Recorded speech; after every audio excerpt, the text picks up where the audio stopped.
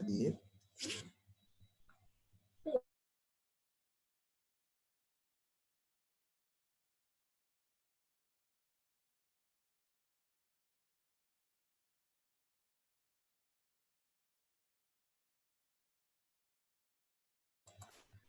Okay. See waiting room.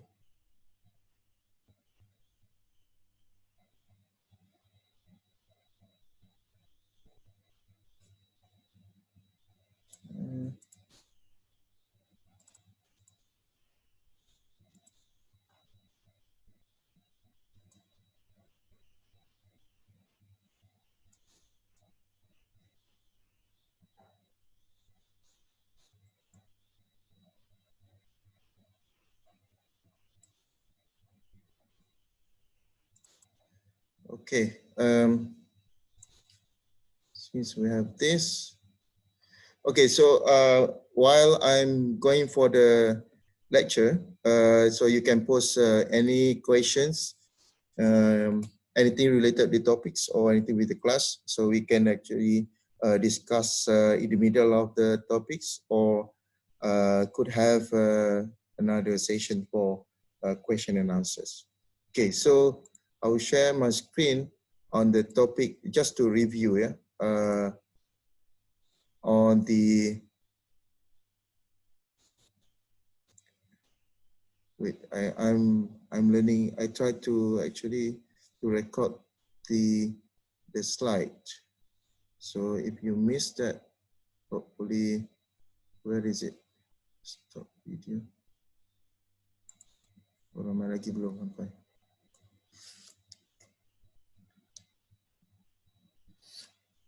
So the password for the meeting is TKP 3501. So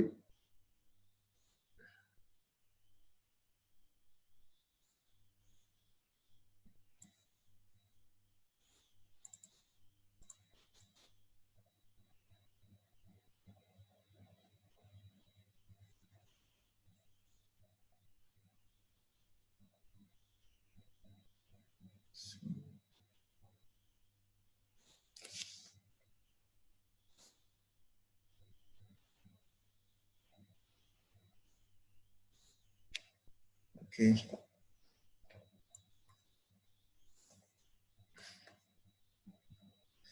Okay, guys. Let me recap what we have on the screen here. So we have the topic for topic number 6A, which is for the crop production. I hope you already went through it. Some of the materials that we share. So the topic today is under production, which is down here below. So which is consists of implement, land preparation, seedling planting, fertilizer, for maintenance, and also harvesting. So what we going to do today, we're going to review some of the important key points for each individual section here. And then the assignments actually follow up from our discussion today is the group assignments, which is I just shared just now on your WhatsApp group. And then from there, yeah, sorry, there is someone actually waiting to join. Okay, and then from the assignment, then you will be assigned which topic, which crop that you have to find the machinery involved in the production, mainly from land preparation until harvesting. So the crop already decided, already assigned by me to each group members, and then you just find the machinery accordingly. All right, so let's start with this. So, all right, the objective, of course, to increase productivity by using a machinery. Yeah, I think there are some items, some topics.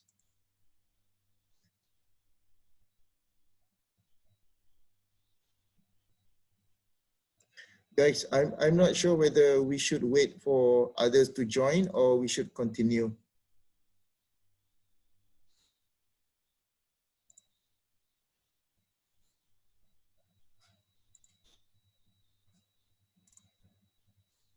Hello. We should continue, Doctor, Okay. because the others will join us later. All right. All right. So then, some of the machinery involved, they have a different category, such as plow, harrow, and cultivator. I think this is the one that you can take a look on the lecture notes. Yeah. So let me see again. I think this one we already covered up to for the first test. Yeah. Okay. So let me go again on different topics. So this is assignment. Let me share.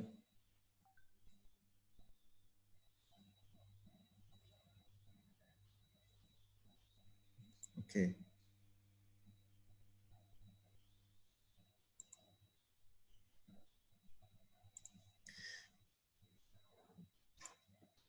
All right. Let me check whether I'm sharing this slide share screen. Okay. Share screen this one. All right. Everybody can see the screen. All right. So here on this topic, thank you. Here on this topic 6B adalah berkaitan dengan land preparation dan berkaitan dengan implement, jenis-jenis implement yang biasanya terlibat untuk penyediaan tanaman, ya, penyediaan land preparation, penyediaan tanah. Yang ni ada beberapa kategori. Yang pertama, yang utama adalah untuk kamu tahu adalah dari segi primary, kategori primary ataupun secondary. Yang ni kamu kena rujuk nota saya, jenis-jenis dia dan bagaimana untuk pemilihannya. So ini pun dah masuk dalam tes 1 lah. Cuma ada satu kategori iaitu rotavator, iaitu dikategorikan sebagai tillage pertama dan juga kedua. Kalau tak silap dalam exam saya ada tanya, ya. Alright, what's the most important for this topic adalah untuk kamu membuat pemilihan alatan yang sesuai. Okay, contoh di sini someone actually. Okay. So back to this. So the main one adalah di sini untuk kamu membuat pemilihan sama ada adakah keperluan untuk terus membuat secondary tillage, maksudnya tidak perlu primary tillage, ataupun perlu kepada primary tillage. So ini adalah merujuk kepada jenis tanah dan juga keadaan permukaan tanah tersebut. Selain pada itu, kita juga melihat kepada aspek jenis tanaman, ada keperluan dia perlukan kepada primary tillage ataupun tidak. Biasanya kalau kita rujuk kembali kepada keperluan primary tillage biasanya plough dia adalah lebih dalam, ya. Ini just to recap. Okay, to recap again apa yang kita dah belajar dan untuk bantu kamu untuk membuat assignment, tugasan, ya. Okay, dan yang kedua, ini contoh-contoh lain. Okay, kamu ada. Dan kategori yang kedua, pembajakan kedua, biasanya dia lebih cetek, okay? Kedalaman dia lebih cetek dan alatan dia lebih ringan, ya. Dan kebanyakan alatan di Malaysia kita guna selalunya adalah rotavator, okay? Rotavator yang menggunakan kuasa PTO, kedalaman tidak lebih daripada 30 cm daripada surface permukaan tanah, ya. Right, rotavator, mana rotavator? Okay, rotavator. Okay, untuk rotavator di Malaysia memang kita banyak guna. Kenapa kita banyak guna rotavator? Satu, di Malaysia ni kita cuaca kita adalah tropical weather. So kebanyakan tanah kita hidup subur dengan weeds, okay, rumpai. So kalau di luar negara dia tak perlukan ni sebab dia ada musim winter, so pokok rumpai dan selain pada tanaman dia akan mati secara natural. So kalau di Malaysia kita memang perlukan kaedah mekanikal untuk menghancurkan tanah, menggemburkan tanah, dan secara tak langsung kita sediakan permukaan tanah sesuai untuk penanaman. Ya, ini adalah untuk recap.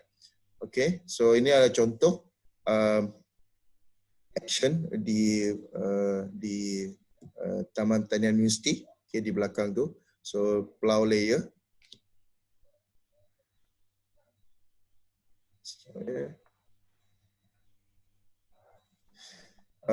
So kalau kita tengok balik, ada efek kepada bukaan dan menutup cover di belakang combine harvester. Rotavator. Okay.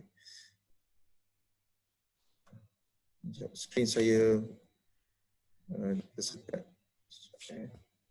Okay. So ini adalah contoh bagaimana kamu boleh adjust size clogging yang kamu nak. Kebanyakan size ni kita manipulate accordingly, bergantung pada jenis tanaman dan juga kaedah kita nak conserve tanah, ya, supaya tidak ada air larian yang bawa tanah keluar daripada kawasan. Okay, so di sini kamu boleh tengok kalau secondary plough, rotary tiller with cover, soil lump will be less than 1 inci. So 1 inci lebih kurang dalam 5 atau 6 cm lah. Okay, and secondary plough, rototiller without cover, so lebih besar daripada 1 inci. Okay, secondary plough with cover, so sama juga, dia sebelah-sebelah, ya, kiri dan kanan. So yang tengah-tengah ni sahaja saya tunjukkan. Kalau tengok gambar di bawah tu, clogging dia lagi besar, ya. Dan biasanya di hujung ni, sebab apa kamu tak akan nampak perbezaan sangat dengan yang tengah tu, sebab dia actually di tempat tu dia mula-mula masuk. So mula-mula masuk tu motor, dia punya rotation tu mungkin tak cukup laju lagi dan tidak cukup hentakan kepada cover di belakang. So dia tak ada efek untuk membantu untuk memecahkan tanah. Okay. Alright. So no-till, again, no-till adalah kaedah untuk soil conservation supaya tanah tidak lari ke dalam parit ataupun sungai. Okay. Kebanyakan di Malaysia ada yang buat, ada yang tak buat. Tetapi recommended is to have the soil cover, sama ada mulching ataupun cover with plastic after the tillage, ya, supaya tanah tu nutrien tidak lari. Okay, ini contoh-contoh lain saya rasa kamu dah tengok, ya. Okay, just to recap again, keburukan selain pada kebaikan tadi, keburukan penggunaan tillage adalah dia akan prone to high erosion during heavy rain and also soil compaction, mampatan tanah. Okay, so bila tanah mampat, so dia akan menyebabkan terencat pertumbuhan pokok. Pokok adalah bergantung pada akar, ya. So akar tu instead of pergi vertical, so dia pergi lateral. So daripada gambar ni di bawah tu yang hitam sebelah kanan kamu, kiri kamu akan dapat lihat ada dispan and plough pan layer. So alatan daripada traktor itu sendiri sebenarnya dia berat. So bila berat, dia secara tak langsung dia akan menekan tanah. So bila menekan, so dia akan membentuk satu lapisan compacted layers, ya. So this compacted layers ni after years, selepas 5 tahun 6 tahun, so kamu perlu break layers ni supaya ada penetration air dan nutrien ke dalam tanah, struktur tanah. Okey, tetapi ini bergantung kepada jenis tanah, ya, dan jenis tanaman. Sebagai contoh, siapa-siapa yang pernah pergi ke ladang, bukan ladang lah, sawah padi, tanaman padi. Untuk sawah padi, kita perlukan compacted layers ni. Kenapa?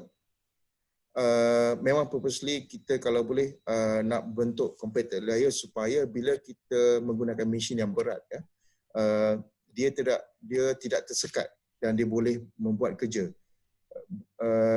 the question is, persoalannya adalah berapakah kedalaman yang sesuai untuk kita membentuk compacted layers ni?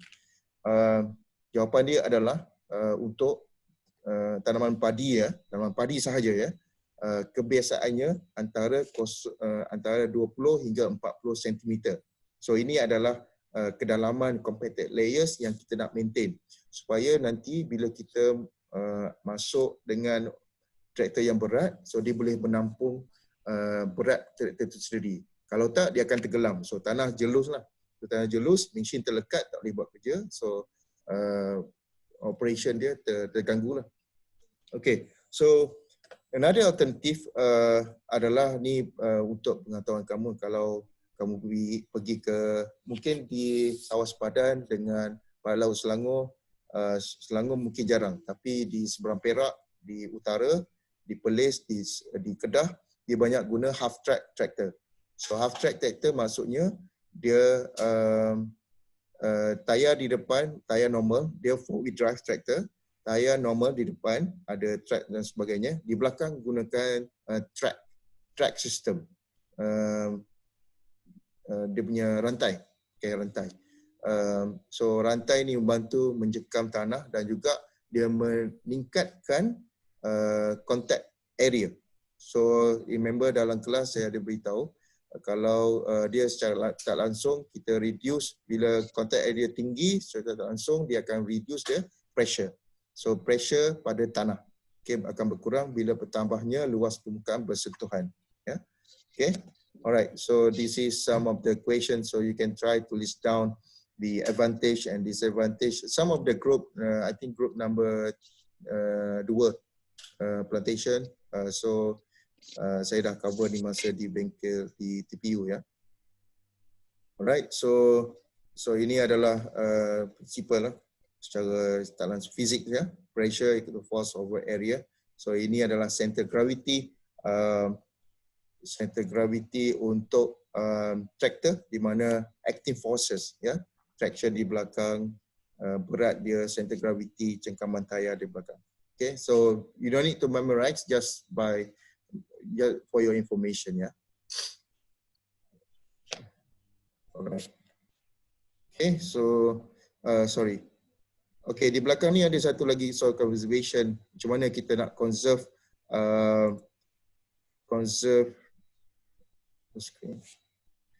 the soil ya. Bagi contoh, conserve energy, water, soil, fertilizer, pesticide. So these are the approach that you can practice. For example, untuk soil, for this topic right now, kamu tengok item number 1, 2, 3, 4, 5, tillage chart. Okay, tillage, see chart number 2. So on your right hand, this is chart number 1. So you go for chart number 2. So these are the option for you to choose how you can actually optimize and also conserve the tillage by having proper equipment selection, tillage practice, operating speed, tillage depth, and maintenance. And the final exam, some of the questions. I think one question for final exam will be on this topic. Sebab saya rasa topik ni penting, so jot down. Dia akan berkaitan dengan operasi. So soalan akan dalam bentuk subjektif lah. So untuk kamu faham apakah keperluan machinery dan sebagainya. So please do the assignment. So hopefully you should be able to answer that. Okay. So of course nanti kalau ada apa-apa persoalan, so kamu boleh tanya dalam grup ni ataupun dalam WhatsApp group ya. Okay. Alright, so let me skip this one. Let's go for another lecture notes.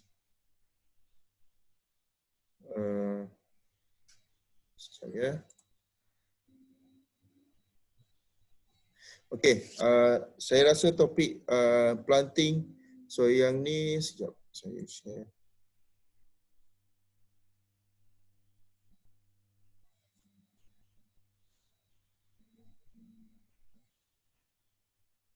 Okay, topik planting ni saya tak sempat cover hari tu. Tapi ada sikit berkaitan dengan principle of operation lah. So yang ni saya leave it to you to have the reading first and see some of the material reading so kamu boleh baca lagi mudah ya. Extension secular daripada US daripada Penn State University. Okay. Alright. Asas penanaman adalah bergantung kepada jenis tanaman. Yang pertama adalah dari segi bentuk seed benih itu sendiri. Okay. Ada yang benih perlukan ditanam dalam secara rawak, ada yang benih diperlukan dalam penanaman secara barisan. Ya. Dan contoh broadcasting untuk yang paling dekat di Malaysia kita adalah berkaitan dengan tanaman padi. Ya. Setengah operasi menggunakan broadcasting, maksudnya tabur terus, ya, tabur direct menggunakan broadcaster. Okay. Ada jenis pakai row seeder, okay, transplanter, dia germinate seed of the rice untuk 1 hingga 2 minggu, dia akan transplant balik. Okay. Yang kedua adalah method of planting, jenis seedling daripada cutting, okay, daripada pemotongan. Contoh apa? Ada tak bagi contoh? Okay, contoh di sini yang paling dekat kalau musim bulan puasa ni, air tebu lah kan. Pokok tebu, pokok tuber apa? Contoh pokok ubi kayu, ubi sweet potato, okay, daripada stem cutting. Apa lagi? Okay, boleh tulis contoh-contoh. Okay, kamu boleh tulis. Okay, transplanting. Kaedah transplanting yang lain adalah menggunakan dari segi polybag. Okay, biasanya kalau transplanting ni adalah untuk tanaman yang long term crop. Contoh, kalau untuk kumpulan plantation, kamu ada kaedah tanaman dengan menggunakan transplanting untuk tanaman kelapa sawit dan juga getah. Ya. So pokok dibesarkan dahulu di nursery stage. Kalau pokok sawit ada 2 stages, setahun pertama sehingga 2 tahun, 18 bulan. Okay, kalau pokok getah pun hampir sama. Dan pokok-pokok lain juga, transplanting untuk pokok buah-buahan, pokok seeding tray dan bentuk tray, pokok cili dan sebagainya untuk tanaman sama ada dalam polybag ataupun di dalam terus ke dalam tanah. Ya. Okay, ini adalah yang pentinglah untuk kamu faham sebab pemilihan machinery yang sesuai bagi menggunakan bagi penanaman menggunakan mesin adalah bergantung kepada jenis tanaman dan juga bentuk seeding dia, bentuk sumber benih itu sendiri. So kita tak boleh, kalau katakanlah dapat bajet tahunan daripada kerajaan ataupun daripada company nak beli mesin, so kita tak boleh sebenarnya terus order. Kita kena tahu apa keperluan tanaman itu sendiri. Maksudnya untuk machinery penanaman, method planting, dia specialized for each specific crop. Okay, kecuali bentuk seeder. Okay, contoh kita pernah nampak seeder transplanter di TPU menggunakan row seeder untuk tanaman jagung. Konsep yang sama juga dalam bentuk seed kita boleh guna untuk tanaman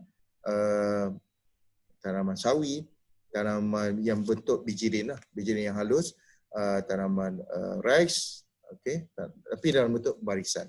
Okay. Ini adalah contoh-contoh, so kamu boleh tengok sendiri nanti, saya nak skip ya. Okay, so sepatutnya topik ni kita ada satu lab ya. So nanti saya akan beritahu lab data dah ada. Just kamu perlu kira jumlah biji benih yang diperlukan. Okay, planting machine biasanya ada 5 fungsi yang utama. Okay, ada 5 yang utama. Yang pertama mesti ada seed box, okay, kotak benih. Yang kedua mesti ada metering device. Okay, metering device maksudnya alat penyukat biji benih yang masuk ke dalam metering device dan yang keluar. Biasanya untuk high precision device, so dia satu kali keluar satu biji benih sahaja. Okay, dengan syarat, biji benih yang keluar tu adalah 100%, almost 100% germination potential dia. Okay, kalau 80% germination rate, so tidak digalakkanlah. Sebab kalau kamu ada 1 hektar, okay, 1 hektar, 80% sahaja akan tumbuh. Kalau in case 1 biji benih yang digunakan. Okay, kaedah dia biasanya sebab apa petani-petani letak 2 biji atau 3 biji, so dia nak increase the probability pokok tu tumbuh. Okay, kalau letak 2 biji, at least another 50% chances to grow. Kalau letak 3, so 70%. Okay, chances to grow. So dia akan buat culling later on. Alright. Yang ketiga adalah ini adalah mekanisme yang patut ada, yang perlu ada pada sesebuah planting machine. Okay, ini asas dia. Okay, yang ketiga adalah furrow opener. Okay, kalau kita, saya terlupa beritahu ya, kalau asas dia kalau kita tanam secara manual ya, kita akan gali tanah pakai cangkul, gali, so kita dah buat lubang, so dia akan letak 1 biji benih, lepas tu kita tolak tanah, kambus, lepas tu kita tekan sikit, okay, padatkan tanah. So the same concept, the same principle have been applied to the machine. Okay, machine pun menjalankan fungsi dan operasi yang sama.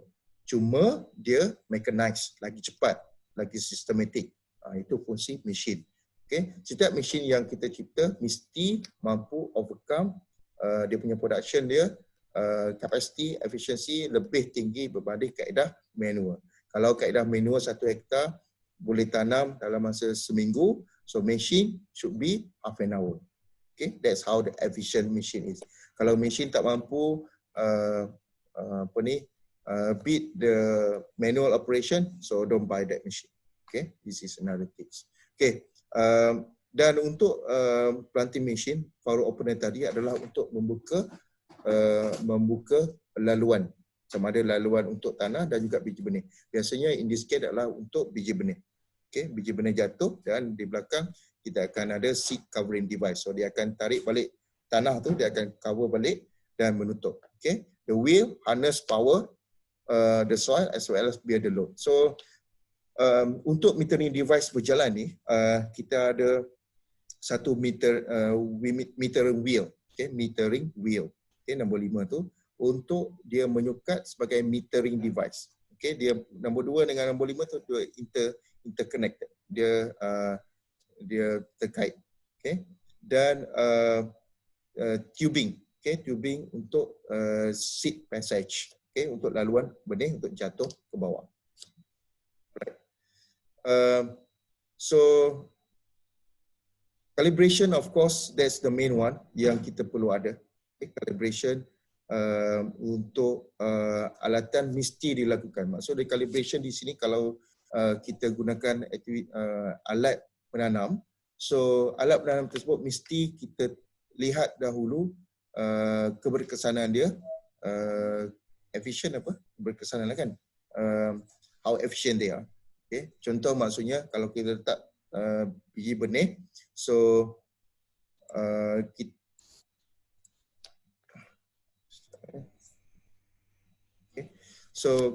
kita nak 1 atau 2 biji benih sahaja setiap lubang. Okay. So kita tak nak ada 5, ada 6. Kalau tak kita akan guna banyak berlebihan lah biji benih. So that's why calibration must be done. This calibration should be one of the activity yang saya buat untuk amali. Okay, by right this semester kita buat untuk pokok padi ya. Kamu akan ada peluang, tapi disebabkan oleh MCO, so we don't have that opportunity. But anyway, so saya akan bagi contoh macam mana kita buat pengiraan nanti. Another slide, another video recorded. So in that one, you will have a very simple group assignment, group calculation to how you actually utilize the formula. Alright, so inilah contoh-contoh untuk penanaman sama ada jenis tanah, furrow planting, flat planting, bed planting dan juga bed planting with the 2 row beds. Okay, yang paling bawah tu adalah the most common ya untuk tanaman sayur-sayuran. Kalau kawasan yang kering ya bermasalah dengan air, so furrow planting is the most simple and the best approach ya. Kalau kamu berpeluang ke Tanjung Karang, Sabak Bernam ke, banyak sawah padi dia dah convert kepada tanaman sweet corn, tanaman jagung manis, ya. Dan bear in mind, tanah asalnya adalah sawah padi. So bila kita tengok sawah padi, biasanya dia sudah prone to flooding dan juga banjir lah. Okay? Dan untuk itu, jika musim luar musim, maksudnya air tak banyak, so it's not recommended to have the beds, ya, tak perlu buat batas. So instead, untuk tanaman jagung saja, ya, tanaman jagung, so terus guna flat planting. So kamu masuk rotor, sekali masuk dah boleh tanam terus, masuk transplanter, sama ada guna transplanter ataupun kaedah manual lah. Okay, kalau kecil kawasan dia, boleh tanam manual. Kalau lebih besar daripada 3 hektar, boleh guna mesin, ya. Alright, okay. In case tanah tu bermasalah, ya, berlopak air dan sebagainya, so this is where you need a bed system. Sama ada 2 row bed or 1 row bed. Depend on how efficient they are and what type of crop, the planting distance. Okay, dalam nota saya ada mention di sini berapa planting distance dan sebagainya. Boleh rujuk, ya. Okay, so kita akan pergi kepada mekanisme untuk planting, ya. So saya akan pergi laju yang ni, ya. Okay, yang ni adalah yang tadi kita cover ada 5 tadi. Yang pertama adalah furrow opener untuk membuka laluan tanah tu supaya seed boleh jatuh. Okay, so this furrow opener dia akan maintain dalam tanah. Dia tak akan naik semasa ditarik oleh tractor. Okay, dia akan maintain pada proper depth in variety soil condition. Ada setengah alat yang ada setengah kondisi tanah, ya, di mana alat perlu mengikut elevation, soil elevation. Sebab disebabkan oleh ada 2 traktor, contoh ini kanan saya traktor, belakang adalah implement. So bila dia naik bukit, traktor akan lalu dia macam rolling. So traktor turun, so alat di belakang ni tak sempat lagi nak turun, so dia seolah-olah menekan. So dia akan memberi kedalaman berbeza, tapi tidak pada furrow opener. So dia akan mengawal kedalaman tu very consistent, ya. Okay, metering device. Okay, metering device of course fungsi dia lah untuk mengawal kadar jatuhan biji benih. Okay, so ada banyak jenis plate, float dan sebagainya. So nanti boleh tengok. Okay, bagaimana seed ni boleh jatuh? Okay, dengan kadar yang telah ditetapkan. Okay, alright. Ada beberapa kaedah. Yang pertama adalah kaedah mechanical. So dia akan ada, kamu boleh bayangkan ada satu piring dis besar dan ada ujung piring tu ada slot lubang.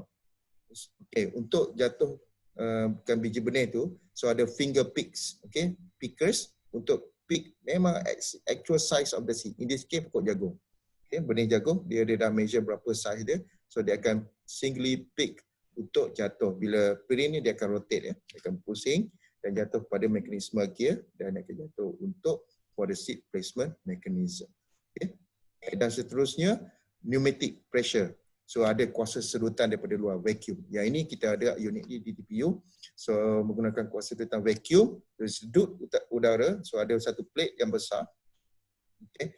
Dan ada lubang. So seed tu akan terlekat pada lubang disebabkan oleh ada sedutan daripada vacuum.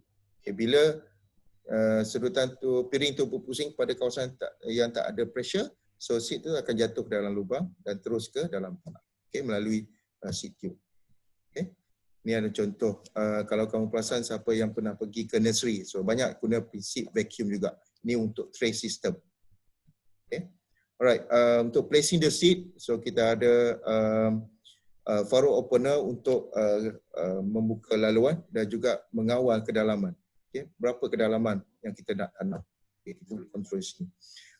Kedalaman benih, okay, ini main peranan penting dalam menentukan berapa hari ataupun germination rate, germination period, ya. Kalau di luar negara ada setengah kawasan tu di luar negara, ya, musim masuk spring saja, musim lepas musim sejuk dia nak tanam balik, so dia akan terbalikkan tanah dan dia akan tanam lebih kurang dalam 2 cm saja instead of 1 inci. So dia nak cepatkan pertumbuhan. Ya. Kalau di Malaysia pun sama.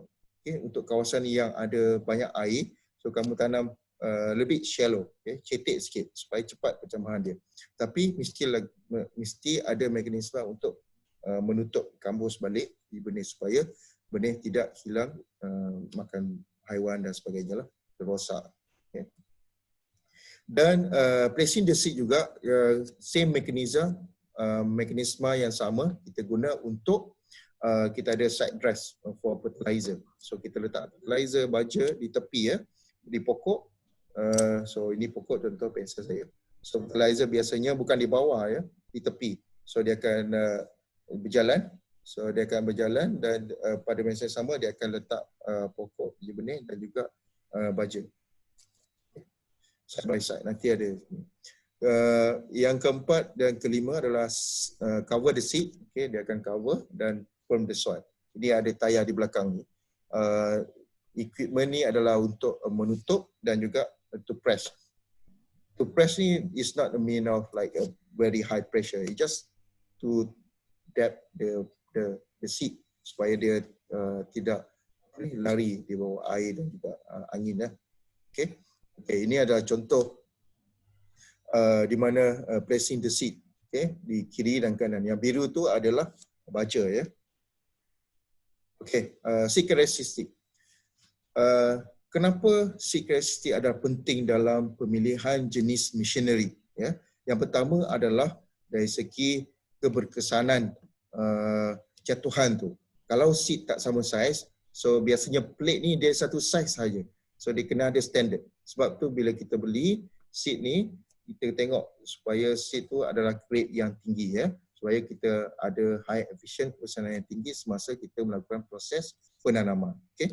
Dan untuk itu kita perlukan kita perlu cari proses seed. Maksudnya seed yang diproses, yang commercially available, yang kita tahu germination rate dia tinggi, sangat tinggi So dia akan bantu dari segi perjalanan mesin itu sendiri dan juga efisien untuk percamahan. Okay. Alright.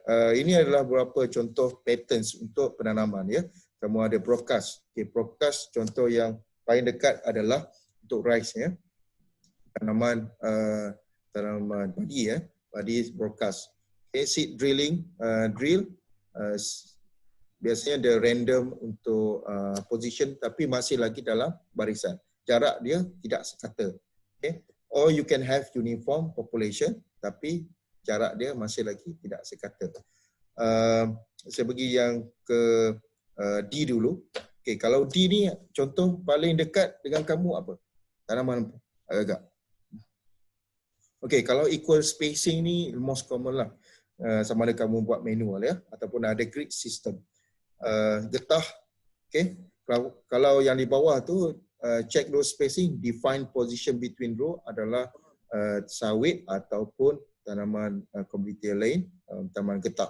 Okay, biasanya konsep ini kita guna banyak di Malaysia.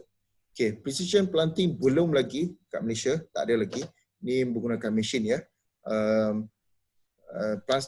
dia punya precision tu, ketepatan penanaman tu adalah dari segi jarak antara tanaman dan juga jumlah biji benih yang jatuh. Biasanya satu sahaja biji benih untuk satu lokasi.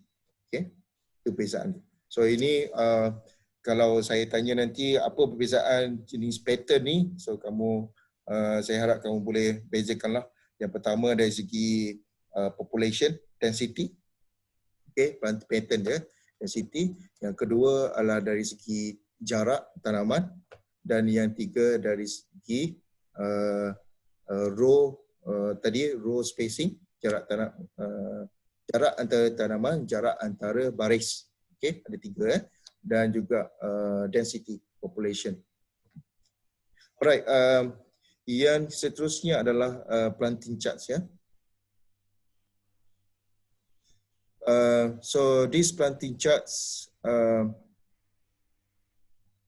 kalau kita tengok di sini ada beberapa tanaman so kita dah ada standard. Okay, contoh kita ambil sweet corn di bawah saya highlight dekat sini. Corn, sweet corn, seed to row, seed to sow per foot. Okay, berapa jumlah benih per foot, satu kaki, 1 hingga 2 in row dalam baris.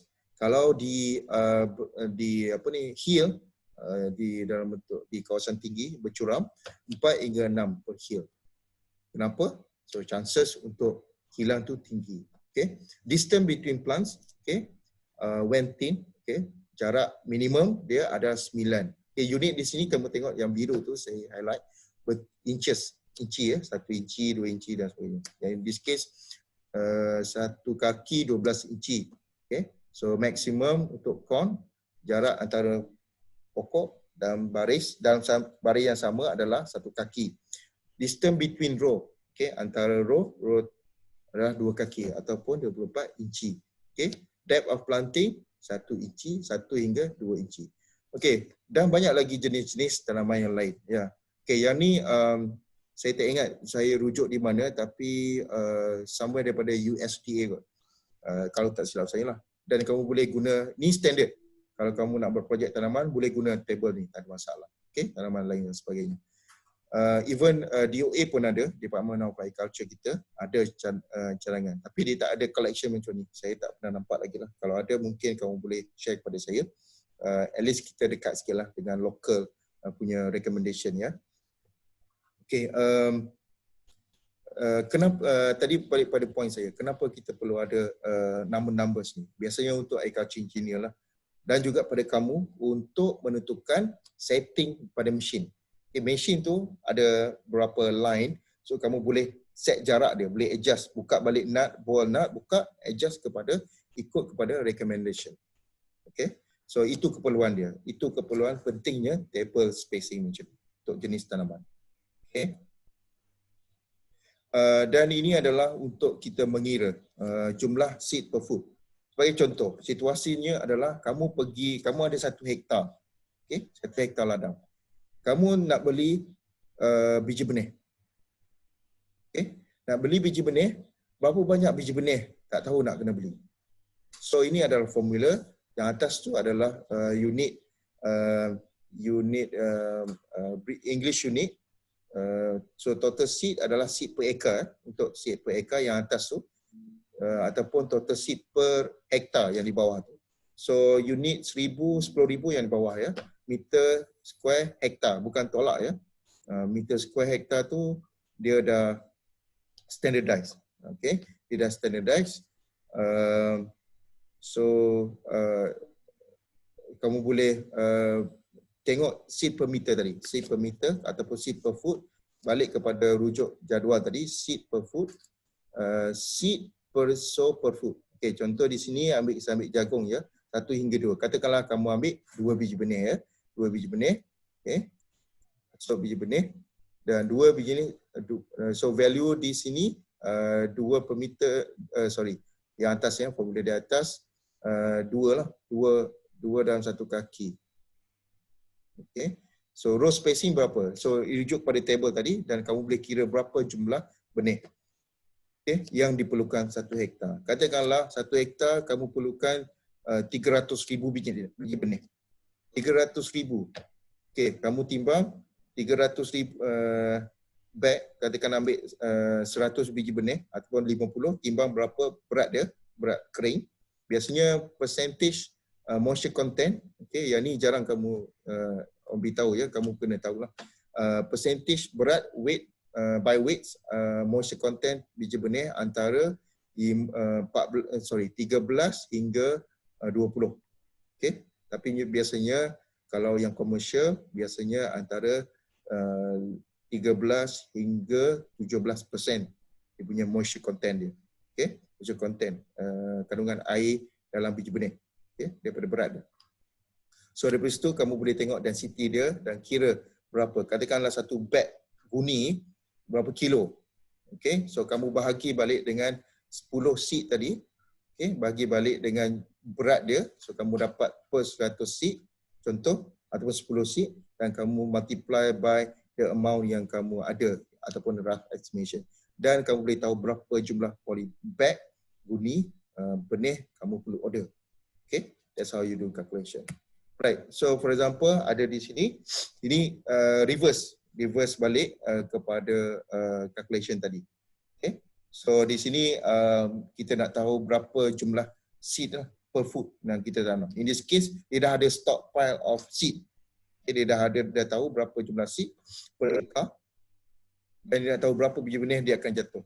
Dia nak bagi jatuh dalam satu lubang atau satu lokasi. Okay. Alright, next one is planting equipments. Okay. Planter.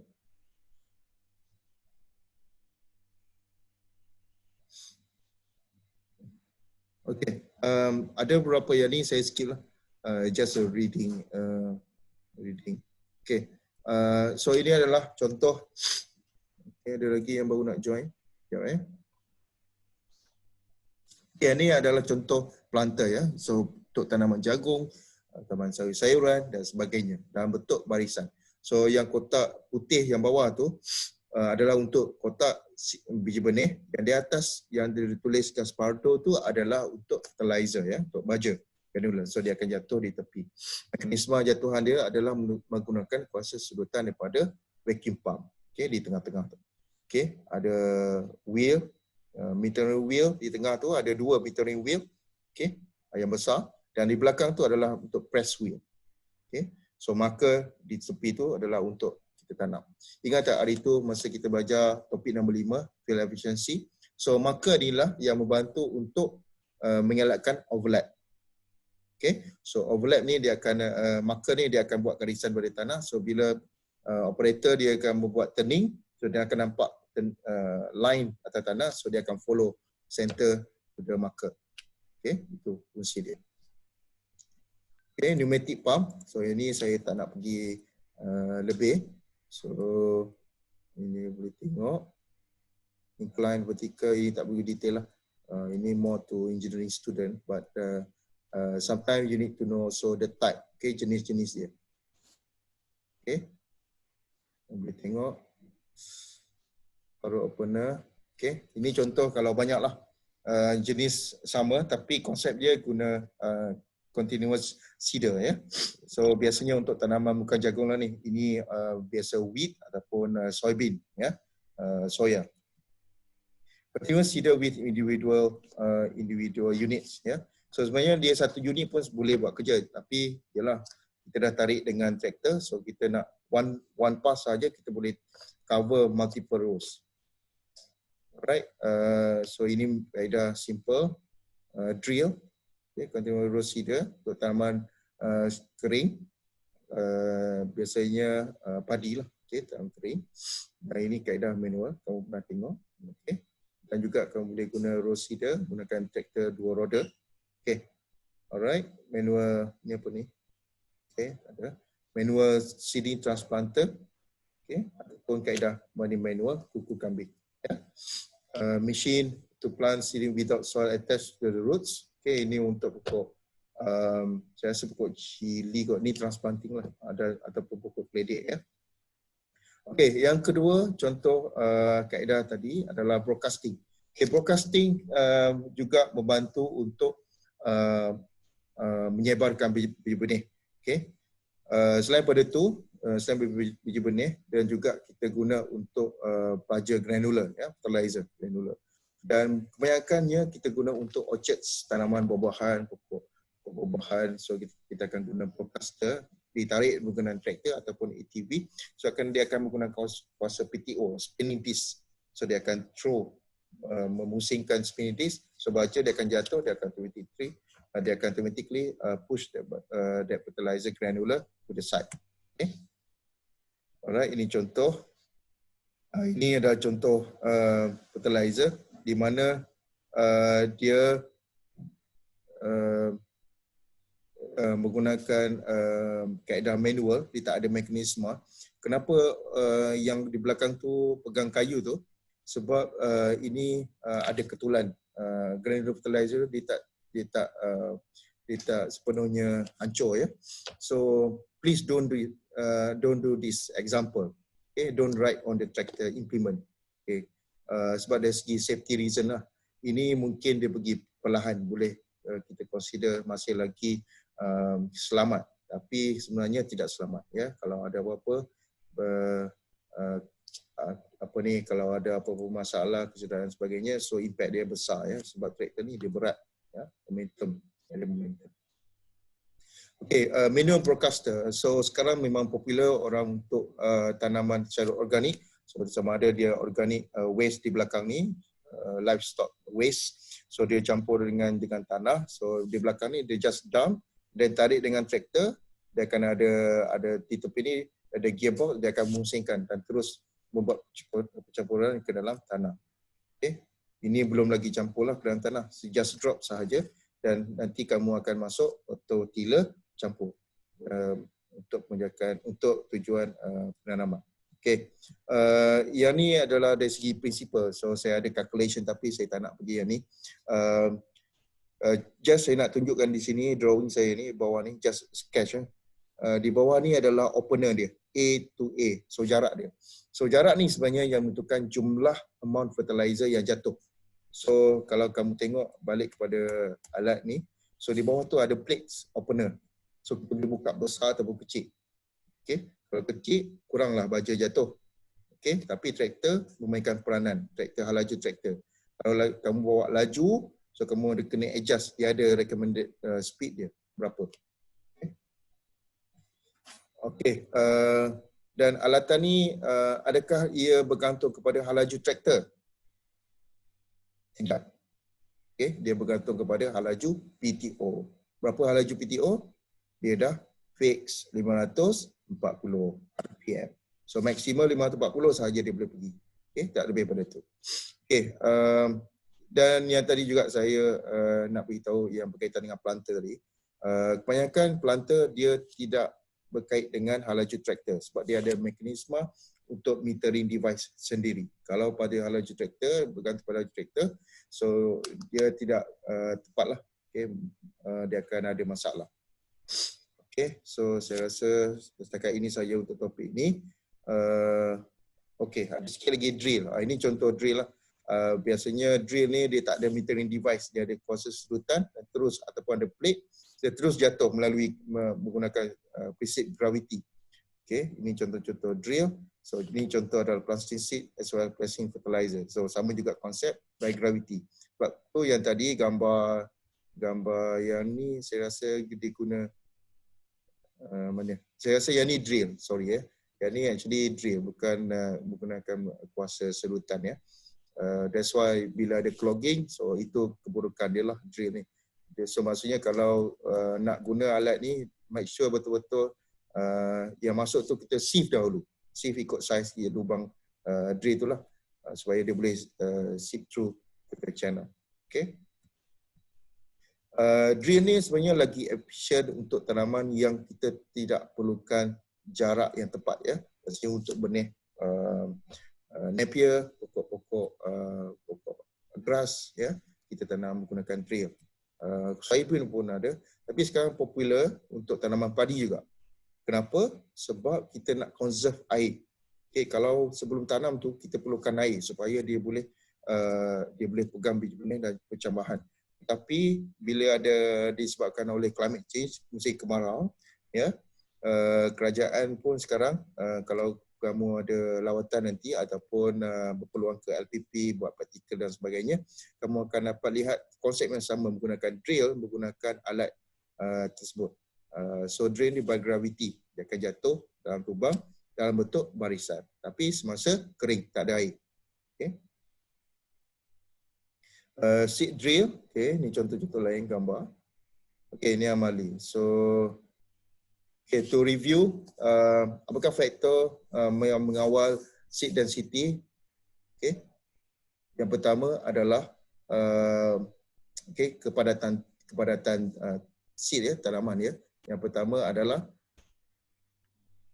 adalah jenis seed, okay, metering mekanisme, okay, mekanisme penyukat biji benih yang jatuh, okay. Yang ketiga adalah jarak tanaman. Yang keempat adalah jarak antara baris tanaman, dan yang kelima ada lagi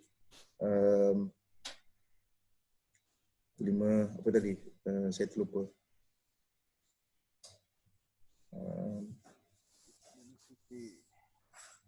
Kedalaman tanaman. Okay, kedalaman. Okay, kedalaman. Alright. So the what must remain in the soil. Okay, while maintaining at the constant speed for the planting depth. So this is what a furrow. Okay, furrow always remain in the soil. So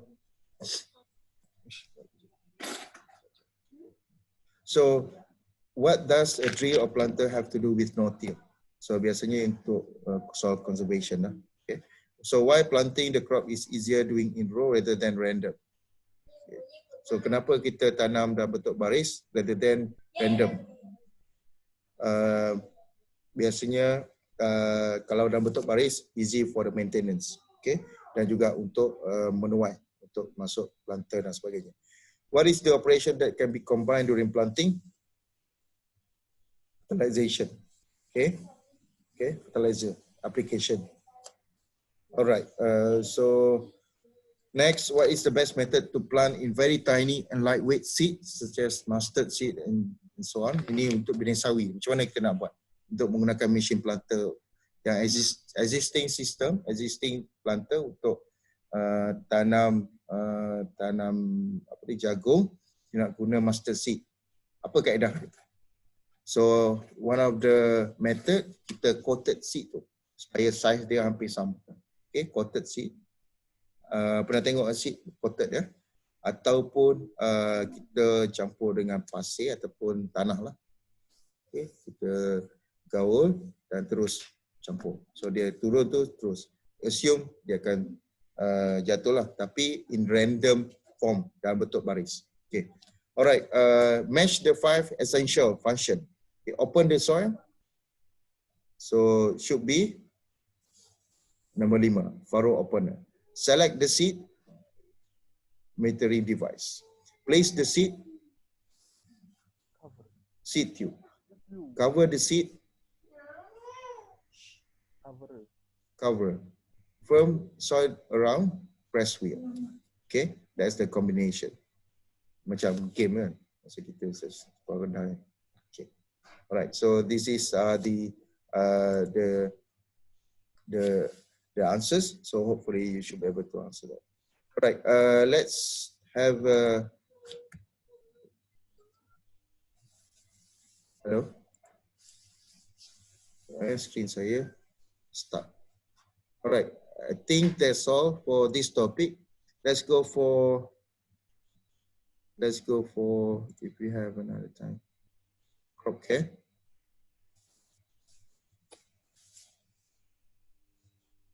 Can we still go on? Hello. Yes. Okay. Right. Any questions so far? You can actually ask a question in the Zoom group chat. So I will entertain. Give sometimes like 1 minute to entertain for the questions.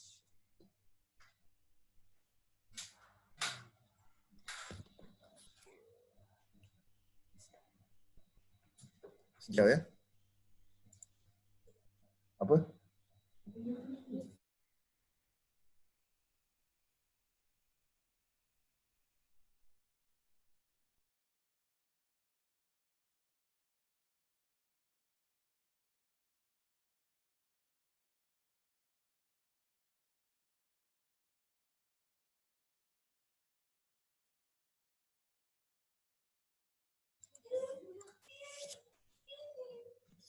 Alright, guys, let's continue for next topic on crop care.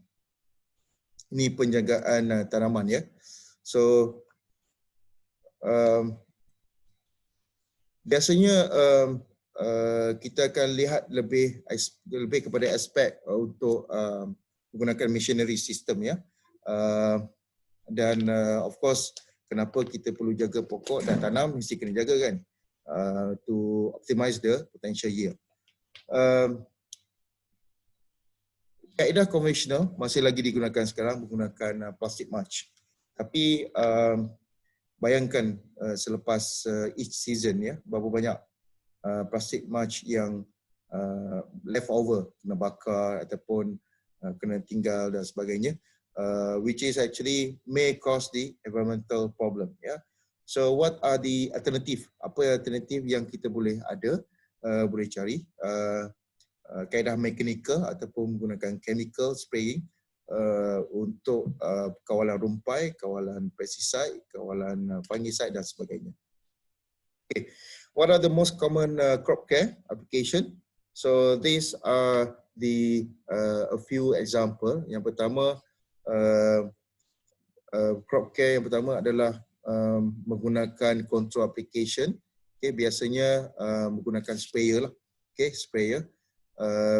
Bila menggunakan sprayer, tindakan dia adalah break the fluid into very fine size, ya, supaya dia boleh contact pada daun. Okay, so application can be uniform and not so excessive. Ya, kalau tak guna sprayer, macam mana kita nak deliver pada pokok, ya? So that's actually the rule of thumb. Ya, the fine droplet will have a sufficient droplet and efficacy that will deliver the effectiveness of the spray. Yeah. Di topik ni mungkin kamu dah belajar dengan Dr. Ayu kot, di Jabatan Plant Protection, ya, dengan tumbuhan. Okay, equipments powered by human, okay, kuasa manusia dan juga kuasa mesin. Yang ni kita dah belajar konsep dia, ya. Okay, so kita guna knapsack sprayer dan juga boom sprayer contohnya. Okay. Selain pada itu, untuk as a whole, untuk crop care, biasanya kita ada baja, penggunaan baja, crop care untuk weed control, okay, untuk pesticide, disease control, insect control. Okay. Untuk fertilizer application biasanya ada 3 jenis, broadcast, localized placement, maksudnya spot placement, ataupun menggunakan spray ataupun foliar application. So broadcast ni kita dah cover tadi di topik yang planter tadi, so sekali dengan tu. So saya rasa tak perlu cover di sinilah. Okay. Just mungkin ada gambar few features yang saya mungkin just tunjuk sebagai contoh. Ya. So ini broadcast, yang ni saya skip. Okay, so localized placement biasanya dia bergantung kepada jenis fertilizer, sama ada dia starter, liquid ataupun fertigation. Okay. Contoh ini foliar application, manual ataupun menggunakan traktor, ya, ataupun menggunakan foliar sprayer, menggunakan traktor masuk ke dalam antara baris tanaman dan juga barisan dan terus spray dengan traktor.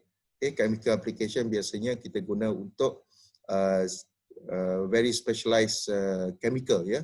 Kalau tangki tu dah guna untuk pesticide, tak boleh guna untuk fungicide, tak boleh campur.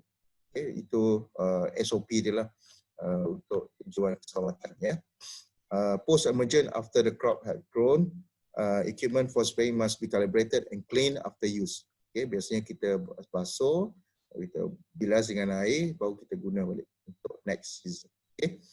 The application untuk knapsack sprayer adalah contoh lain untuk fertilizer, pesticide, regulator. Regulator maksudnya foliar fertilizer lah. Okay. Pressurized sprayer or duster. Okay. High clearance jarang ada di Malaysia. Kita ada satu di engineering. Ya. Kalau kamu ada peluang nanti boleh ronda di engineering di belakang sana. Masuk itu belakang ke architecture, boleh tengok high clearance tinggi, ya. Biasanya untuk tanaman jagung. So jagung at least 2 meter tinggi dia. So dia boleh ada hydraulic. So wheel dia boleh naik atas. So lifespan span untuk spraying pun besar, dekat 20 meter. So dia sekali lalu 1 hektar tu senang-senanglah dia cover. Okay. Right, untuk weed control ada banyak kaedah. But here we are talking about other than plastik tadi, kita gunakan chemical. We are not yet talking about social aspect. We are talking about mechanism, ya. Of course, chemical is dangerous. Try not to use too much, ya. Untuk untuk herbicide, ya. Dan juga kalau menggunakan kaedah mechanical, iaitu kita ada alat field cultivator. Dia akan menaikkan tanah dan pada masa sama dia akan uproot the soil or the weeds, ya, for potential weeds. Okay, contoh lain, ni knapsack sprayer lah. menggunakan kaedah semburan untuk kawalan rumpai. Okay, di belakang yang pakcik galas baju merah tu, itu bukan rumpai, itu padi. Saya nak tunjuk macam mana dia punya application dia lah, contoh. Okay. Di sebelah kanan tu adalah weedicide. Okay, ini memang kamu ada pengalaman lah. Okay. Ataupun menggunakan enjin, power sprayer. Okay, elektrik ataupun motor ataupun PTO daripada traktor. Okay. So ada beberapa jenis, sama ada tak ada slide, sprayer, blower sprayer dan aerosol generator. Okay, kalau isunya adalah untuk dari segi keselamatannya. Keselamatan kalau power sprayer ni dia actually expose ya, direct kepada pesticide ataupun chemical. So this is very dangerous. Biasanya orang kita mungkin cuba elakkanlah exposure tu.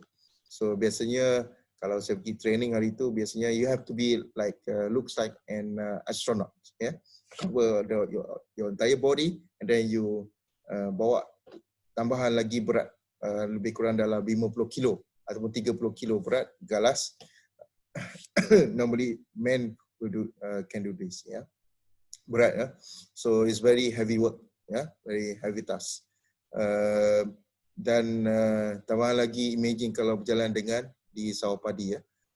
Memang actually penat lah. So we can see the slides, petani ni tak pakai slipper pun. Okay, ini gambar di Selangor, tak pakai slipper, pakai baju basah. So setiap operasi mesti dia akan by right SOP dia kena tukar. Okay, baju mandi sebagainya, pergi ke field baru. So pada secara tak langsung dia akan import disease lah. Okay. Well, in actual field will be different. It will be difficult to control. That's why machinery, it helps some of the operation, but it's up to the grower. What kind of chemical you use, what kind of operation that you want to integrate. Okay. Hydraulic sprayer. So ini adalah parts dia. So saya nak tunjuk di sini adalah boom sprayer. Yang ni ada, kita pernah tengok di TPU, ya. Alat ni besar, ya. So dia punya swath width dia, lebar dia boleh sampai 10 meter. Okay. Tapi bergantung kepada jarak antara tanaman lah. Okay. Kalau pokok tu rendah, so kita boleh lalu. Kalau tujuan pokok orchard, so biasanya kita akan ada distance yang lebih rendah lah. So orchard biasanya kita gunakan yang ni. Okay. Dia ada boom dan sprayer. It's like a blaster. Okay. A blaster. So di depan tu ada PTO, power take off disambung, dan juga drawbar disambung pada traktor untuk kuasa menarik. Okay, ini adalah contoh direction untuk spraying, ya, untuk kawalan menggunakan chemical. So duster tadi.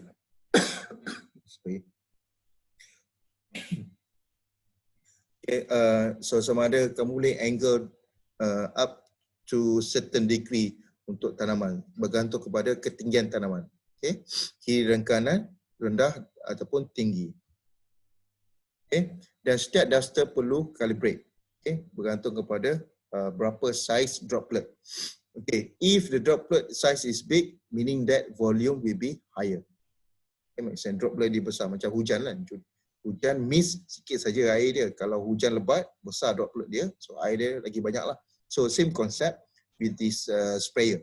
Maksudnya sprayer ni bergantung kepada dia kaedah mechanical, gunakan hydraulic pump. So pump tu kalau pressure dia tinggi, dia akan sama ada volume tinggi dan juga mist. Okay, dia akan bentuk misting. So volume rendah ataupun volume yang tinggi, bergantung pada pressure, tekanan. Okay, ini adalah sistem dia dalam tangki tadi. Okay, kalau ada masalah apa semua tu, so kamu boleh rujuk balik sistem ni, tengok valve problem ke, pump problem ke, apa. Okay, alright, ini adalah contoh untuk spraying inter-row, inter-crops. Okay. Ada setengah pokok kita perlukan spray dia antara antara pokok tu sendiri, ada certain angle yang kita perlu attack.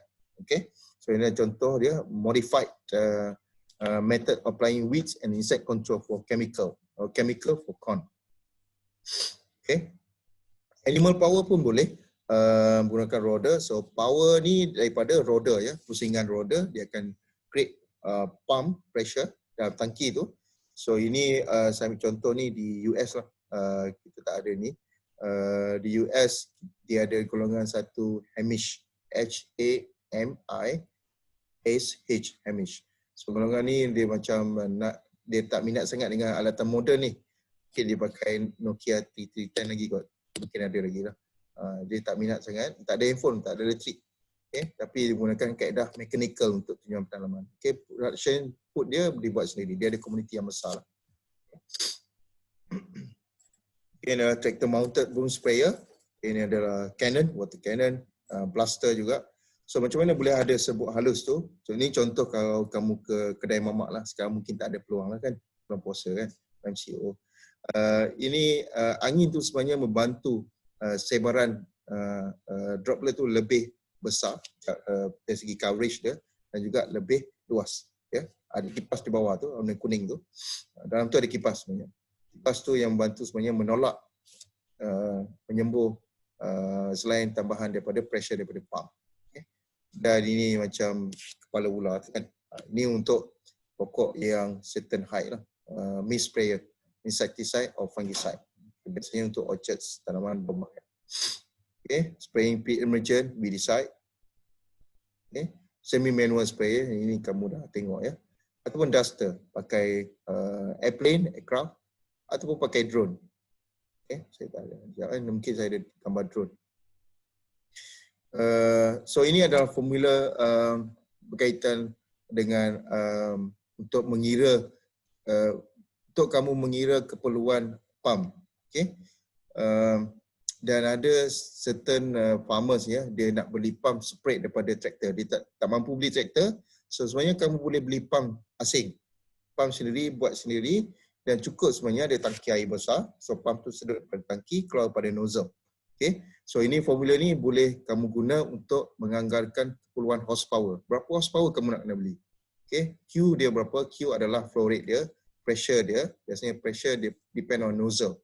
Nozzle berapa pressure dia dan efficiency. So efficiency 17-14 kali dengan efficiency. Ambillah paling rendah 50%. So kamu akan dapat berapa anggaran horsepower yang diperlukan. Okay. Flow rate nozzle, kadar alir per nozzle. Okay, ini biasanya nozzle dia dah ada standard berapa kadar alir dia. So secara teorinya ini adalah formula dia. Kalau liter per hektar, berapa kadar liter per hektar yang diperlukan. Okay, jumlah air liter per hektar. Okay. Ini contoh saya bagi. Okay, bentuk pattern sprayer. Okay, ini untuk pada nozzle lah. Yang paling banyak digunakan di pertanian adalah flat fan, ya, ataupun extended range flat fan. Okay, yang ni mahal sikit ya. Sebab bila flat fan tu dia bentuk flat macam ni, so bila bergerak ke depan, so dia ke cover, dia mesti ada overlap sikit. Okay, ini components ya, components. Saya tak ada gambar yang lebih elok daripada ni, saya tak jumpa. Ini sepatutnya kita buat amali. So ini adalah valve yang sprayer nozzle yang kita guna untuk buat amali. So by right, you should be able to have that. Okay, ini yang paling common lah, ataupun yang terkini lah. Okay. Dan ini bentuk-bentuk sprayer dia. Flat, rain, cone, untuk off center dan sebagainya. Okay. Apabila kita cakap berkaitan dengan crop care ni, bila semburan, kita juga perlu buat calibration ya. Bila kita buat calibration, kita nak lihat kepada keseragaman semburan. Bila dia spray, kita nak tengok semua tempat tu basah sekata. Amount yang disembur adalah sekata. So maksudnya meaning that CV, coefficient of variation, must be not more than 6%. Okay. Biasanya untuk tips nozzle yang baru lah. Okay. So kalau terlampau banyak, 35% is worn out spray tips. So kamu perlu tukar dan sebagainya. Apa implikasi dia? Kalau tengok chart warna biru tu adalah lebihan semburan. Okay, sepatutnya kalau spek tangki, katakan tangki di belakang tu, spek dia adalah untuk 1 jam.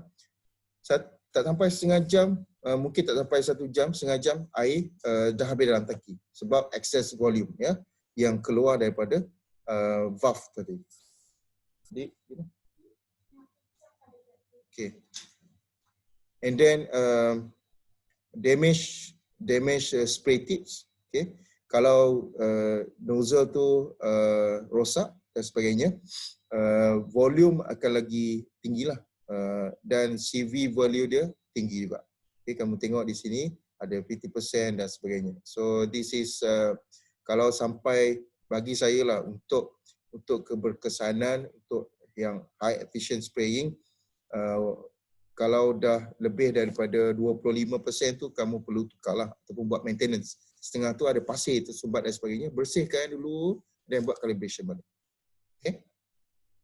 And mungkin kamu ada pertanyaan lah dari segi jarak. Bila kita mounted pada traktor, berapa jarak sesuai ketinggian nozzle pada target pokok. Okay. Biasanya pada pokok not more than 50 cm daripada ground. Okay, daripada ground.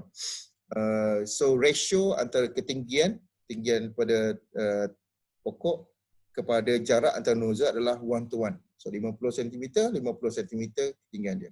Okay, boleh ya? Alright, so here is some of the situasi. Okay, kalau kamu increase pressure, tekanan tinggi, apa yang akan meningkat? Okay, meningkat pada yang sama adalah Q dekat flow rate dia. Q adalah flow rate, kadar alir. Kadar alir unit dia adalah volume over time. Okay, volume meter cube atau liter per time. Okay. Apabila kamu ada increase in target angle and pressure, you will increase the Q. So angle tadi daripada 90 tukar kepada 110, so Q akan lagi tinggi sebab lagi banyak keluar. Bagi contoh situasi ni, kamu ada spec pump, pump yang sama. Tadi mungkin increase pump. Yang contoh yang di atas ni adalah bila berlaku pertukaran pump. Pump asal dia adalah 1 bar, pump baru pasang 2.8 bar. So dia akan increase by 0.88 GPM, gallon per minute. Okay. So yang sebelah bawah ni adalah bila kamu tukar jenis nozzle. Okay. Bila nanti kamu bekerja, hati-hati. So kamu kena buat kiraan sikit. Tengok spek nozzle berapa maksimum tank ni boleh pergi. So bila kamu tahu berapa maksimum, kamu boleh tahu berapa kali kena isi tangki, kamu boleh tahu keupayaan sebenar ladang machinery. So kamu boleh tahu berapa jam pekerja yang diperlukan untuk bekerja di ladang. Okay, itu keperluan dia. Okay, fokus. Okay, ini adalah relationship ya antara halaju dan pressure. Okay, halaju ni halaju apa? Halaju traktor. Kenapa halaju traktor? Ini contohlah untuk sepatutnya PTO ya. Tapi PTO kadang-kadang dia kita tak ada measurement ya. Susah nak tengok speed dia. Biasanya ini secara tak langsung ada satu kajian ya. Dia tetapkan jenis nozzle dia spesifik 1103, 1104 dan sebagainya. Dia dah bagi contoh. Ini sebagai contoh saja ya. Untuk spesifik nozzle kamu kena rujuk balik apa dia punya recommendation. Okay, untuk halaju contoh 15. Untuk nozzle jenis 1105, so lebih kurang pressure lebih kurang dia akan develop lebih kurang 40 PSI. Okay, pressure on different nozzle for different type and at varying speed. Okay. Okay, yang ni saya ambil daripada slide daripada European Crop Protection. So saya nak kamu baca dan seterusnya. Topik ni favorite topik untuk exam, one of the question juga. Untuk exam, final exam. Effect spraying dan sebagainya. Ini lebih kepada guideline lah. Dan juga untuk for your future nanti. So kalau ada masalah nanti we'll come back to this. So contoh di sini macam mana kita nak buat calibration. Okay.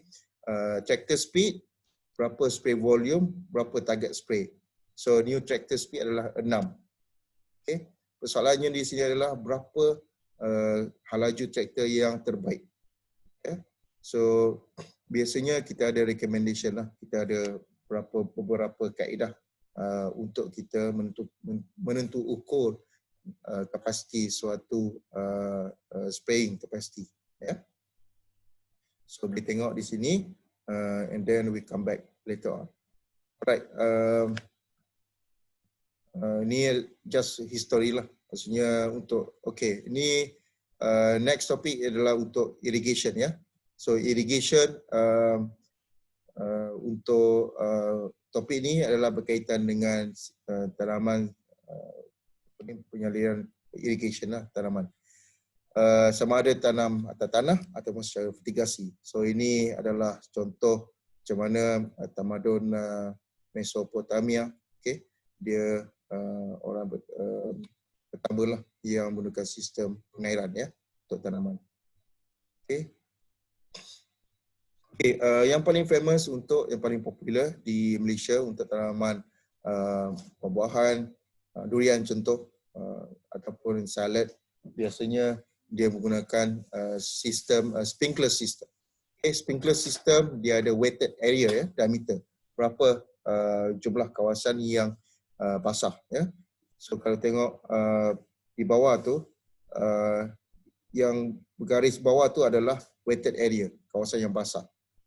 Sebab tu kita kena ada overlap. So bila ada overlap, dia akan kawasan basah tu terima jumlah air yang sama. So gambar di atas tu adalah contoh design ya. So kita akan ada dalam kelas ni tak akan ada design lah, cuma mereka bentuk sistem pengairan. Okay, just layout sahaja. Okay. So ada beberapa sistem pengairan yang kita boleh guna. Yang pertama contoh di sini adalah micro irrigation. So next topik nanti saya akan bagi contoh lah. Okay, micro irrigation, low pressure drip irrigation. Contoh yang paling senang adalah daripada sistem gravity lah. Okay, gravity rumah kita ada tangki air kan. So daripada gravity, so kita juga boleh deliver air. Okay, tetapi untuk micro irrigation diperlukan pressure yang sedikit tinggi daripada gravity untuk menolak air keluar daripada dalam bentuk kapilari ya. Okay, ini ada contoh software, kamu boleh download Toro Irrigation ni kat App Store. Kamu boleh estimate berapa keperluan energy, irrigation labor dan sebagainya. Ini estimation lah. Okay, alright. So yang ni saya skip ini. Okay, let's go for review. So method in applying liquid application. So yang pertama adalah of course sprayer, boom sprayer, handheld sprayer, pump dan sebagainya. Okay. So what control the flow rates in boom sprayer system? Okay, yang mengawal flow rate kadar air yang pertama adalah pressure. Okay, pressure kita control melalui valve, okay, opening valve, buka, tutup, sebagainya. Yang kedua adalah tekanan. Yang ketiga adalah jenis nozzle. Yang keempat adalah size pipes. Okay. Biasanya empat ni, size pipe ni jarang sebab dia dah fix. Ya. Dia fix. So pump horsepower, satu lagi, tapi dia dah fix. Tapi dia adalah salah satu part tu juga. Okay. Why the pre-calculation or calibration and planning is necessary for spraying operation? Sebab apa? Sebab yang pertama adalah dari segi jumlah masa operasi, jumlah air dan secara tak langsung dia akan menyebabkan kos. Okay? Kos untuk penggunaan racun, penggunaan air, penggunaan labor. Okay? So true or false? To avoid spraying overlapping, the ratio between the nozzle distance and the nozzle height from the ground must be 1:2 ratio. So the answer is false. Okay, it should be 1:1. Alright, so here some of the reading that you actually can refer to for this topic. So boleh tengok untuk calibration dan sebagainya. Alright, so done for this one. Let's go for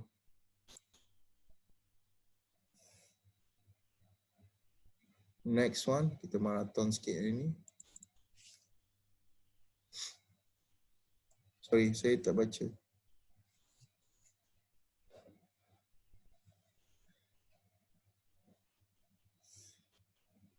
Saya baru baca message ni. Okay, boleh buka. Buka PB untuk nota. Okay. Alright, ada soalan tak? Ada soalan? Saya kena cakap slow sikit ya. Dah serak suara.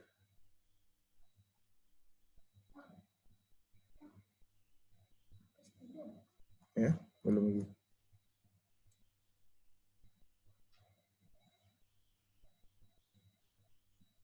Ada soalan? Any questions?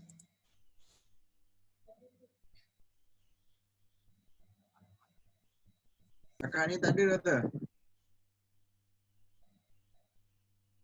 Okay, let's go for the next topic, harvesting. Alright, 10:30 lah. Boleh sambung Saya tak perasan. Boleh kita sambung? Boleh pergi lebih sikit sampai pukul 11:30 ke? Sejam lagi.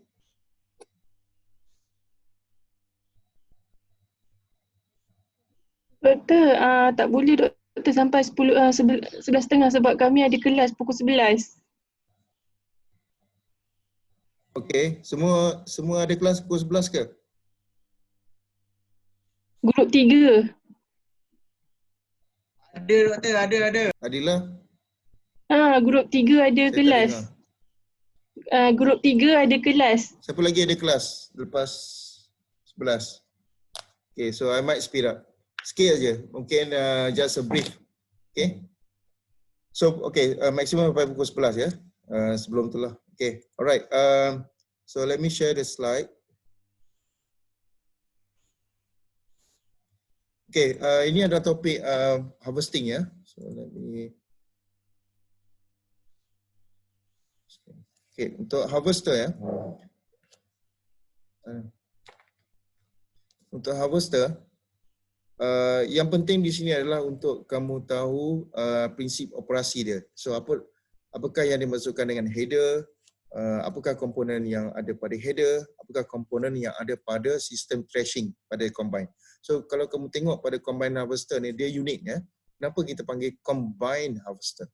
Okay. So maksud combine tu dia multiple combination of mechanism ya yang ada pada dalam combine harvester. Okay. So dalam ni kita ada contoh, saya tunjukkan. Ada header. Header di depan dia ada reel, dia ada divider, cutter bar, platform dan dia ada auger. Okay, itu adalah komponen pada header.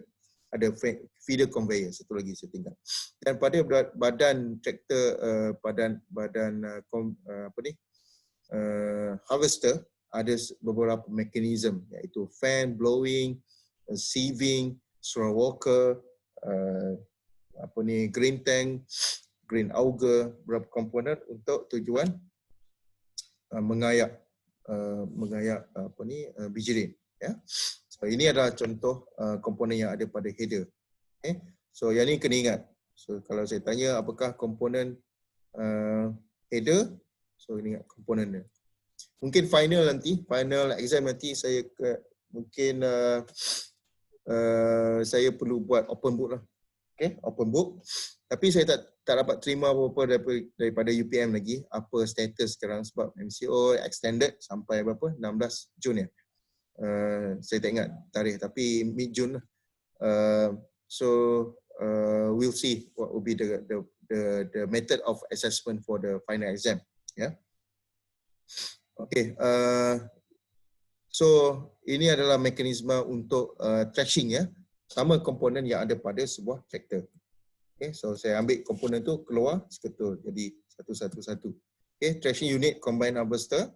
Kita ada sieving unit, cleaning unit.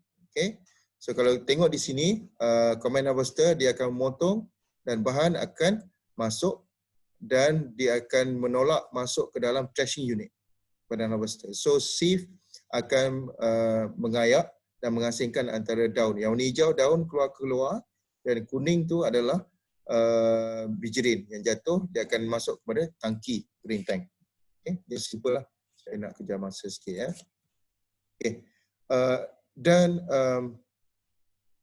ada beberapa isu ya berkaitan dengan combine harvester ni.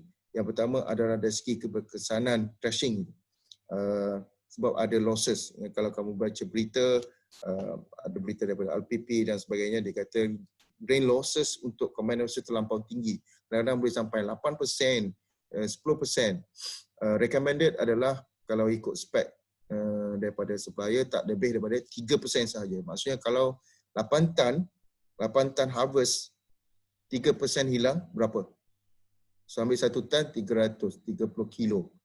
3%. 30 kilo kali 8, 240 kilo gram yang hilang. Itu 3%. Bayangkan kalau 10% hasil petani ya. So ini adalah beberapa faktor lah. Okey, untuk pickers ni untuk tanaman kapas ya. Contoh yang terbaik yang terdekat, kita tak ada tanaman kapas ya. Okey, belum lagi ya. Adalah tanaman apa ni? Dia guna untuk tanaman bukan tembakau apa, kenaf ya, kenaf.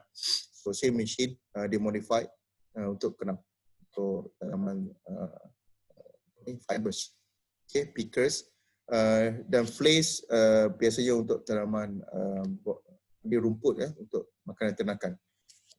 Nanti kalau ada praktikal nanti LI ke apa ni overseas ke ataupun ke farm fresh ke, mungkin dia ada alat-alat tak mesti, so boleh tengoklah. Okey. Baler, okey, ini yang menarik ya. Kalau di Malaysia ni ada tanaman padi ya, biasanya kita guna untuk bale ya. Kalau siapa nak venture dalam bisnes, so ini adalah memang yang terbaik lah. Satu bale ni lebih kurang dalam 500 kg kalau tak salah, setengah tan ya. Harga RM80 dijual. Sekarang mungkin lagi lebih mahal lah. Very good untuk people untuk buat mulching, untuk highway protection, cerun-cerun dan sebagainya, untuk makanan ternakan, macam-macam boleh buat ya, fibers, tali dan sebagainya. So this is a very good market. The only thing left is untuk ada apa ni, kontraktor lah yang buat pekerja ni. Bayangkan kalau di Malaysia ni kita tanam padi 3 musim ya. 1 hektar bale ni dengan saiz 500 kilogram ni, kamu boleh dapat lebih kurang dalam 20 ya. 20 kali 8. 1 hektar. Okey. Dan di Malaysia ni kamu ada berapa luas untuk tanam padi? Ambil je lah katakanlah di Mada sahaja ya. 100 hektar. Kamu ambil separuh pada itu. 1 musim saja. 1 musim. So bayangkan berapa banyak fibers yang kamu boleh harvest dan generate money. So biasanya kalau operasi macam ni, setahun sahaja harga mesin lebih kurang dalam 130, 140 macam tu lah. Sekarang mungkin currency dah naik lah. Mungkin lagi mahal lah. 150 lah katakanlah. K ya, 1000 ya. So within a year, you dah balik modal lah untuk bayar mesin dan sebagainya. So of course include maintenance dan sebagainya lah. Okay. So kalau di luar negara diguna bale untuk simpan makanan livestock ya, untuk tanaman lembu dan sebagainya di kawasan specialized, sebab dia ada window sama sahaja, musim sama untuk penghasilan makanan ternakan ya. Okay, so this is biasanya contoh, ini adalah contoh advance lah, tapi jarang digunakan lah. Kalau lihat kepada keperluan tu, mungkin di Malaysia ni memang jarang sangat lah. Biasanya untuk research ya, pakai GPS dan sebagainya untuk monitor. Okay, GIS ini adalah contoh map ya, yield map. Kita tengok kawasan yang rendah, kawasan yang tinggi, hasil dia. So with the map, combine dengan GIS, combine dengan GPS, so kamu boleh lihat kepada kawasan yang ada masalah ya. Kawasan merah tu yield dia rendah ya. So what you need to do, biasanya treat dengan baca ataupun check problem, apa masalah air, kawasan rendah ke, kawasan tinggi ke, spray dan sebagainya. Ini fungsi dia. Fungsi yang mana kita ada sistem GPS pada combine harvester. Ini advanced teknologi lah yang saya beritahu. Okay. Belum lagi ada Malaysia. Yang ada pun, yang ni dulu saya pernah terlibat di Barat Laut Selangor, tapi bukan actual scale petani lah. Kita buat hanya untuk kajian. Okay. Persoalannya adalah, adakah ia praktikal untuk petani? Di Malaysia belum lagi. Kalau di overseas luar negara sudah ada. Dia dah ada standard. It's a must go equipment pada sebuah combine dan traktor, okay, untuk monitor. Alright. Untuk harvester mesin yang simple one, so inilah sickle mower untuk tanaman tanaman apa ni, grass ya, tanaman rumpai, rumput, ternakan. Rotary mower, okay, untuk tanaman apa ni, rumput juga, okay. So bale, square balers, okay, side delivery rack. Yeah. Yeah.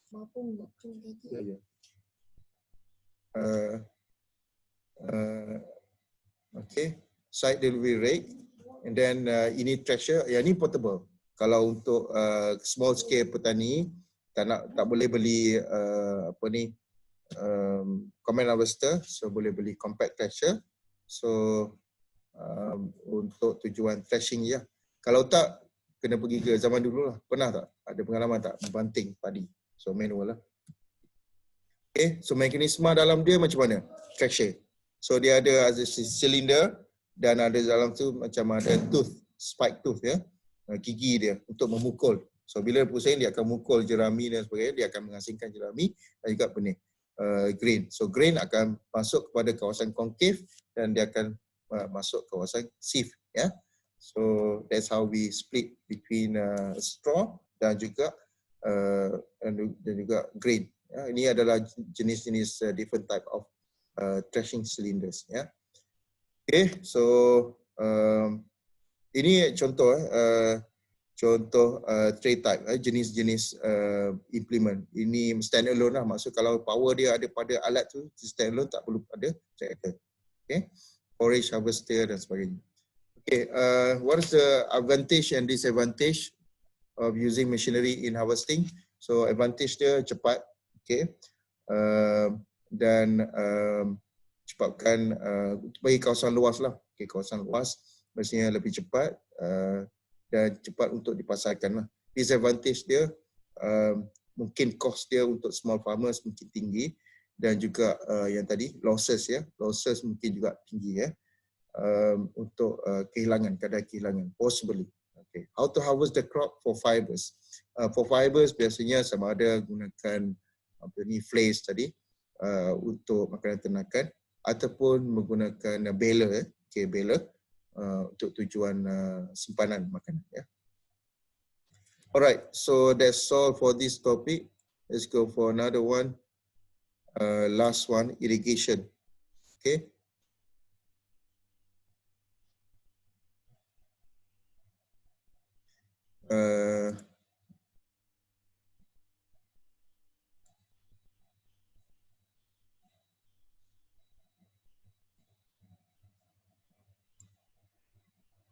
Okay, untuk topik irrigation ni, so apa yang penting adalah untuk kamu belajar, saya mungkin kena berhenti di sini, mungkin sebahagian kamu untuk preparation for next class dan sebagainya. Kita akan sambung balik mungkin hari apa ya. Saya akan tanya nanti dalam grup WhatsApp bila date yang sesuai ya. Mungkin kalau tak sempat minggu ni, minggu depan lah. Okay. Yang utama adalah untuk irrigation ni adalah untuk kamu faham how to deliver the irrigation water, okay, untuk design keperluan irrigation system, apakah komponen-komponen machinery, komponen-komponen yang diperlukan, okay, untuk kita design irrigation. Nanti kita akan buat contoh dan juga latihan sikit lah. Okay. This is still again by group efforts ya, by group, dan submission will be online also. Alright, so baca nota dulu yang ni saya bagi contoh-contoh irrigation, dan saya kalau tak silap saya ada satu lagi nota ya. Saya file saya tak jumpa cari lagi. Saya bawa balik dari kampung. So dah dekat rumah sekarang.